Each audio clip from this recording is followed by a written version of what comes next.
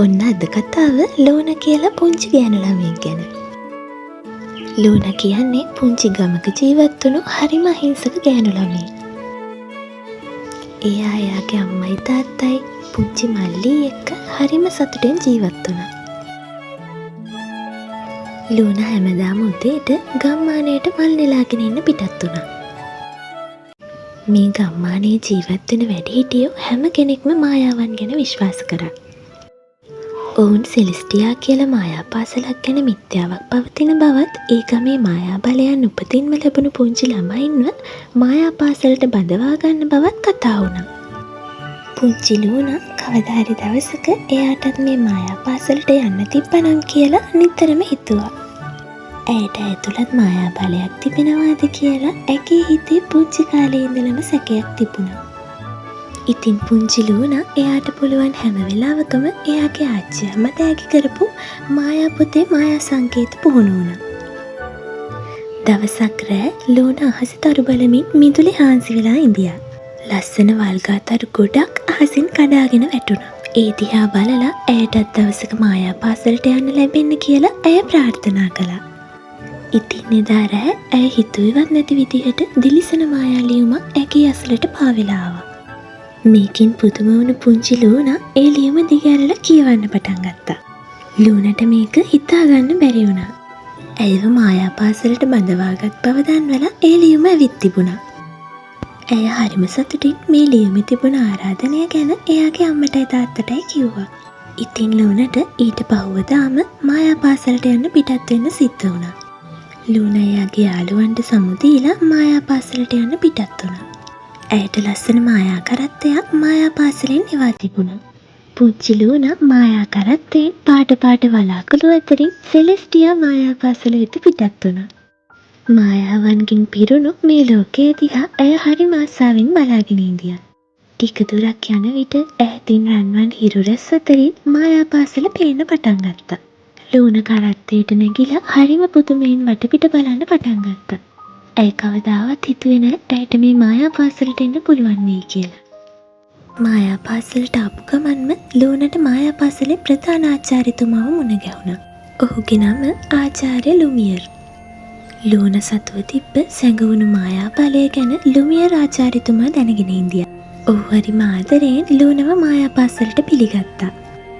ඒ වගේම ඇයට පුංචි මායාකාරියකට ගැලපෙන ලස්සන නිල ඇඳුමකුත් ලැබුණා. මායා පාසලේ හැම ළමයෙක්ම ඇයව උණුසුම්ව පිළිගත්තා. ඇයට මුලින්ම මුණ ගැහුණේ එලී කියලා පුංචි කඩවසම් පිරිමි ළමයෙක්ව. ඔහු සෙලෙස්ටියා මායා පාසල ගැන ලූනාට තවත් විස්තර කියලා දුන්නා. ඔහුට උපතින්ම සුළං හැසිරවීමේ මායා බලය හිමි වෙලා තිබුණා. එලී කියන්නේ හරිම කරුණාවන්ත දක්ෂ පුංචි පිරිමි ළමයෙක්. ඔහු මුළු මායා පාසල වටේම ලූනව එක්කගෙන ගියා. ඒ වගේම ඇයට මායා පාසල ගැන දැනගන්න තියෙන හැමදේම කියලා දුන්නා. මායා පාසලේ ලූනාගේ කාමර සගයා විදියට එයාට තවත් අලුත් යාළුවෙක් මුණ ගැහුණා. එයාගේ නම මියා. මියා කියන්නේ ලස්සන රෝස පාට කොණ්ඩයක් තිබුණු කරුණාවන්ත ගෑනු ළමයෙක්. මියාට උපතින්ම ශාක හා පරිසරයේ පවතින බලයන් හැසිරවීමට හැකියාව තිබුණා. ඇය මැජික් වලින් පුංචි පැලවලට ජීවය ලබා දුන්නා. ගස්වලට ලස්සන මල් පිපෙන ශක්තිය ලබා දුන්නා. ලූනා මේ දේවල් හරිම පුදුමෙන් බලාගෙන හිටියා. ඒ වගේම එයාලා දෙන්නට ලස්සන එයාලට ගැලපෙනම විදිහේ නිල් පාට හා දම් පාට මායා කාමරයක් ලැබුණා. මේ කාමරේ එක පැත්තක් මියාට ඕන විදියටත් අනෙක් පැත්ත ලූනා කැමති විදියටත් නිර්මාණය වෙලා තිබුණා. ඉතින් මේ යාළුවෝ දෙන්න ටිකෙන් ටික හොඳම යාළුවෝ බවට පත් වුණා. ලූනාගේ හැම දෙයකටම මියා උදව් කළා. මායා පාසලේ වෙන හැම දෙයක් ගැනම ඇය ලූනාට කියලා දුන්නා. මේ මායා පාසලේ මැජික් පාඩම් උගන්වන දවසක්. මේ වෙද්දී ලූනාට තවමත් එයාට අයිති යාගේ මායා බලය ලැබිලා තිබුණේ. ඔන්න ඉතින් එදා කියලා දීපු මැජික් පාඩමක් ලුමියර් ආචාර්යතුමා ලූනාට පන්තියේ ළමයි ඉස්සරහා කරලා පෙන්නන්න කියලා කිව්වා. ඒත් ලූනාට තවමත් Taman ගැන විශ්වාසයක් ඇති වෙලා තිබුණේ නැහැ. ඇයි පුළුවන් විදියට මැජික් එක කරන්න උත්සාහ කරා. ඒත් ලූනට ඒ මැජික් එක හරියටම කරගන්න පුළුවන් වුණේ නම් නෑ. පන්තියේ ඉඳපු ළමයි හැමෝම ඇයට hina වෙන්න පටන් ගත්තා. ලූනට Taman ගැනම ලොකු ලැජ්ජාවක් ඇති වුණා. ඒත් ඇය කොහොම හරි මැජික් ඉගෙනගෙන දක්ෂ මායාකාරියක් වෙනවා කියලා හිතාගත්තා. මේ විදියට මායා පාසලේ දිගටම මැජික් පන්ති පැවැත්වුණා. ටිකින් ටික ලූනගේ මැජික් සාර්ථක වෙන්න පටන් ගත්තා. එයාගේ යාළුවොත් මේ ගැන හරිම සතුටු වුණා.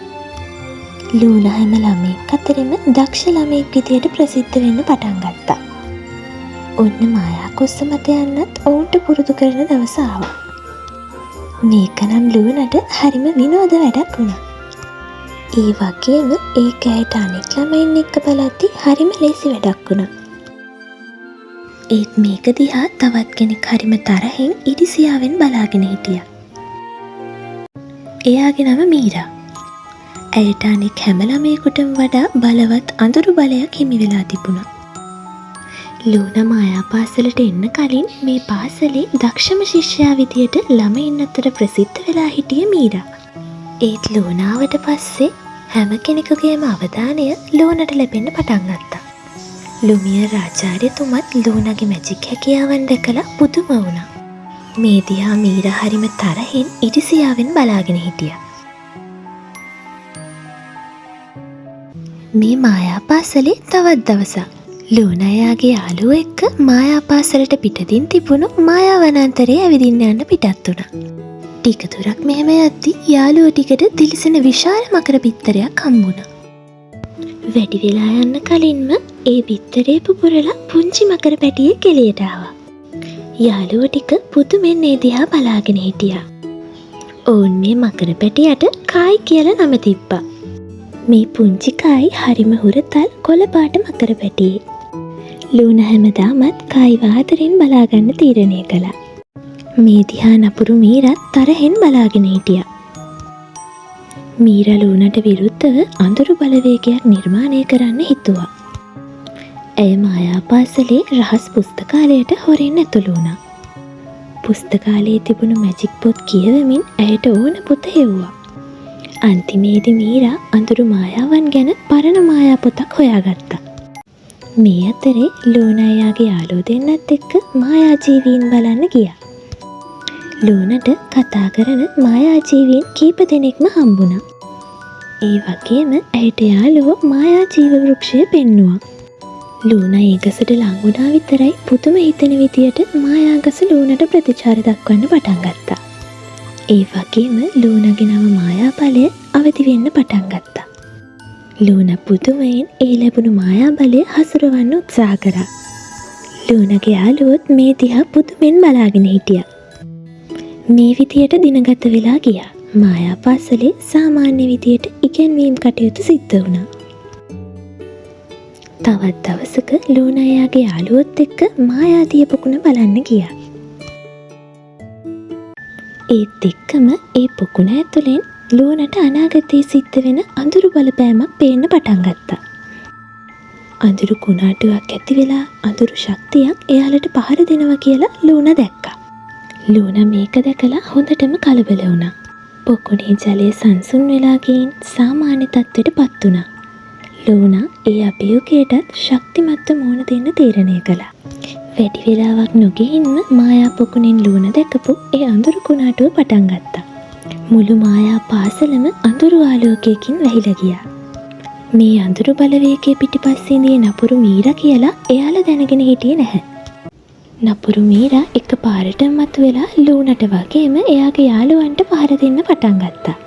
ලූනා මුලින් බලය පාලනය කරගන්න බැරිව දුර්වල වුණත් එළී අයට ඔහුගේ මායා ශක්තියෙන් උදව් කළා. ඒ වගේම මකර පැටියත් ලූනාගේ උදව්වට ආවා. ලූනා දුර්වල වුණ හැම වෙලාවකම එයාගේ යාළුවෝ එයාගේ පිටිපස්සෙන් හිටියා. අන්තිමේදී ලූනාට එයාගේ මායා බලය පාලනය කරගන්න පුළුවන් වුණා. විශාල මායා සටනක් මේ දෙන්න අතර සිද්ධ වුණා.